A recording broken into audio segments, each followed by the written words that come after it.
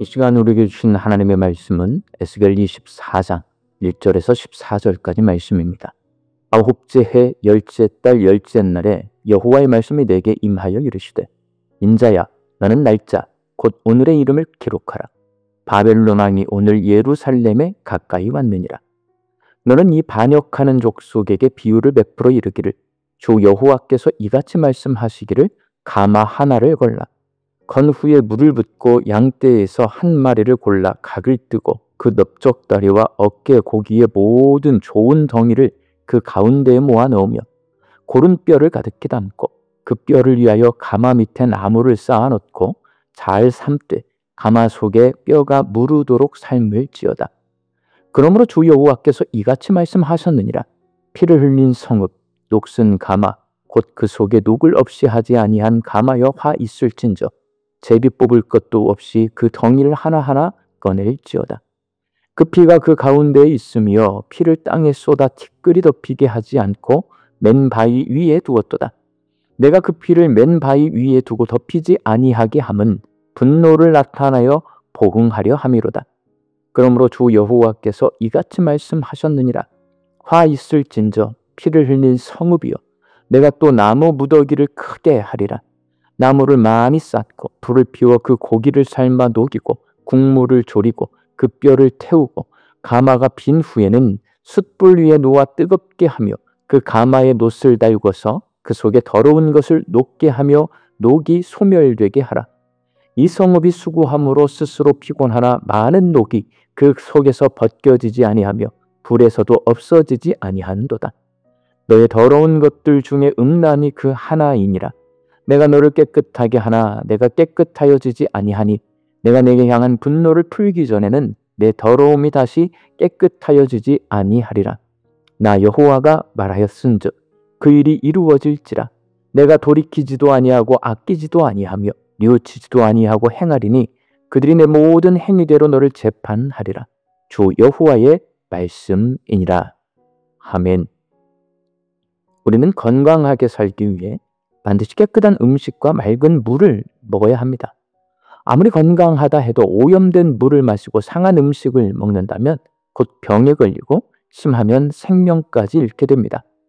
실제로 일본에서 지하수가 증금속에 오염된 줄 모르고 계속 마신 사람들이 집단적으로 궤병에 걸려 죽은 사건이 있었습니다. 너무 고통스러워 이따이 아프다 아프다라고 울부짖었다고 해서 이따이 병이라고 불렀습니다. 오염된 것을 먹으면 이렇게 육체가 병들듯이 영적으로도 마찬가지입니다. 부패한 예배를 드리고 거룩하지 못한 말씀을 먹으면 결국 영혼이 병들게 되어 있습니다. 오늘 본문 말씀인 에스겔 24장은 바로 이 문제를 다루고 있습니다. 예루살렘은 큰 가마솥과 같습니다. 그 안에 양의 넓적다리, 어깨고기, 뼈가 가득 들어있어 국을 끓이고 있었지만 그 솥 자체가 녹슬고 부패한 솥이었습니다. 재료가 아무리 좋아도 솥이 녹슬고 더럽기 때문에 결국 그 솥으로 끓인 음식은 사람을 병들게 합니다. 오늘 본문 말씀에서 하나님이 에스겔 선지자를 통해 예루살렘이 어떤 최후를 맞이할지를 비유를 통해 선포하십니다. 에스겔 선지자는 아홉째 해 열째 달 열째 날을 언급하면서 예언을 시작합니다. 이날은 바벨론 군대가 예루살렘을 포위한 날, 에스겔이 예언한 하나님의 말씀이 이루어지는 날이었습니다. 하나님은 에스겔에게 솥을 걸고 물을 붓고 양의 넓적다리와 어깨 등 좋은 부위와 뼈를 같이 넣고 끓이라고 하십니다. 이는 예루살렘의 고관들이 이 성은 가마요 우리는 고기라 라고 한 말을 재현한 것입니다. 이 말은 아무리 밖에서 불을 떼서 공격을 해도 두꺼운 가마솥인 예루살렘이 깨질 리가 없으니 그 안에 있는 고기인 예루살렘 사람들은 안전하다는 말입니다. 그러나 하나님은 그들이 자랑하던 예루살렘이 심판의 가마솥이 되게 하십니다. 가마솥에 계속 불을 떼면 그 안에 뼈까지 물러져 버리는 것을 보이시며 바벨론 군대에게 포위당한 예루살렘의 상황이 얼마나 처참할까를 알게 하신 것입니다. 하나님은 예루살렘을 녹이 제거되지 않은 가마솥, 즉 피 흘린 죄악으로 오염된 성읍이라고 말씀하시며 그 안에 피가 있는데 그것을 쏟아 흙으로 덮지 않고 바위 위에 두었다고 하십니다. 본문 6절 말씀입니다. 그러므로 주 여호와께서 이같이 말씀하셨느니라. 피를 흘린 성읍 녹슨 가마 곧 그 속에 녹슬 없이 하지 아니한 가마여 화 있을진저 제비 뽑을 것도 없이 그 덩이를 하나하나 꺼낼지어다.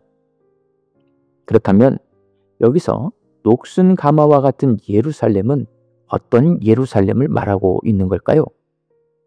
녹슨 가마와 같은 예루살렘은 부패한 성전, 타락한 제사, 형식적인 예배와 죄악에 물들어서 불심판이 임박한 예루살렘을 의미합니다. 예루살렘 사람들은 성전이 있고 하나님의 약속이 있기에 하나님의 심판이 임하리라고 생각하지 않고 자신들이 안전할 것이라고 확신합니다. 그러나 심판의 날은 시시각각 다가오고 있습니다. 특히 예루살렘을 다스리던 자들의 뻔뻔스러운 태도는 더 무거운 심판을 자초했습니다.